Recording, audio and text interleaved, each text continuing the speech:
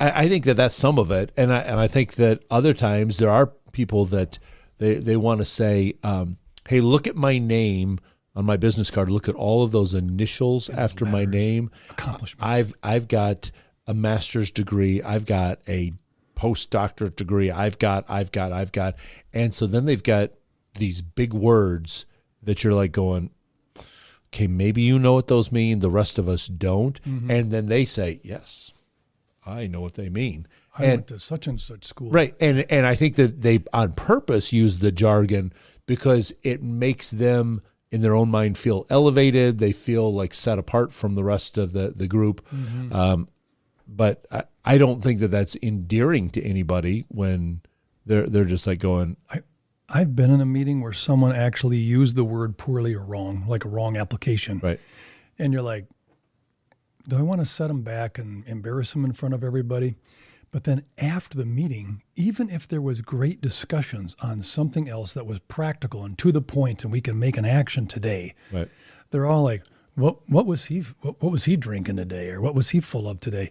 I do think it takes away from what you want to communicate. Sure. So I'm not saying don't have a relationship and don't build some equity in it, but like have short meetings. You know, mm-hmm. One of my favorite coffee cups is the short meeting is the cup with the bottom of it right in the middle. Right. That's about as long as a meeting needs to be. Sure. Once in a while you can memo it, or you could give a document beforehand or a follow-up after. But yep. Pontificate's another good word. Well, and what I think about the long meetings too, especially if language is not clear, what people that are chairing the meeting don't realize is you get to a certain point in the meeting and you say something that is jargonese, mm-hmm. and you have people go, what was that?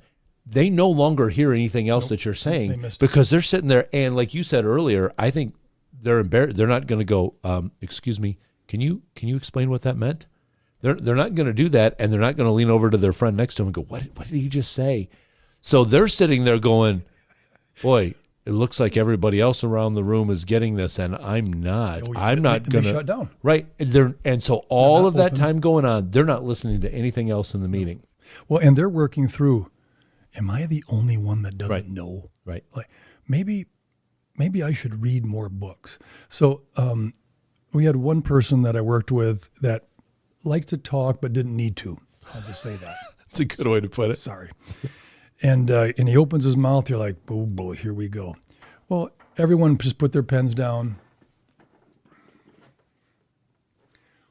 They unplugged. Right. And then by the time he's done, you're like, well, you wasted 8 minutes and kind of rehashed what was already said, but you hadn't said anything in about 4 minutes, so you needed to say something. I think at some point, the next people that share something that's poignant, right to the issue, they're lost because someone pontificated. Right. And you just take air out of the balloon. And we just end up. So one of the things we decided to do is 2-syllable words. Yeah, absolutely. I mean, 3, 4, 5-syllable words. Someone's like, do I take my phone out and look at the source? What does that even mean? You know, what's an applicable word that matches that? Hope you enjoyed that clip. That is just a small sample of a much larger full-length episode. The link at the bottom of your screen, click that to get the full episode, all the content, and you also can help us come up with new content for further episodes to grow your leadership.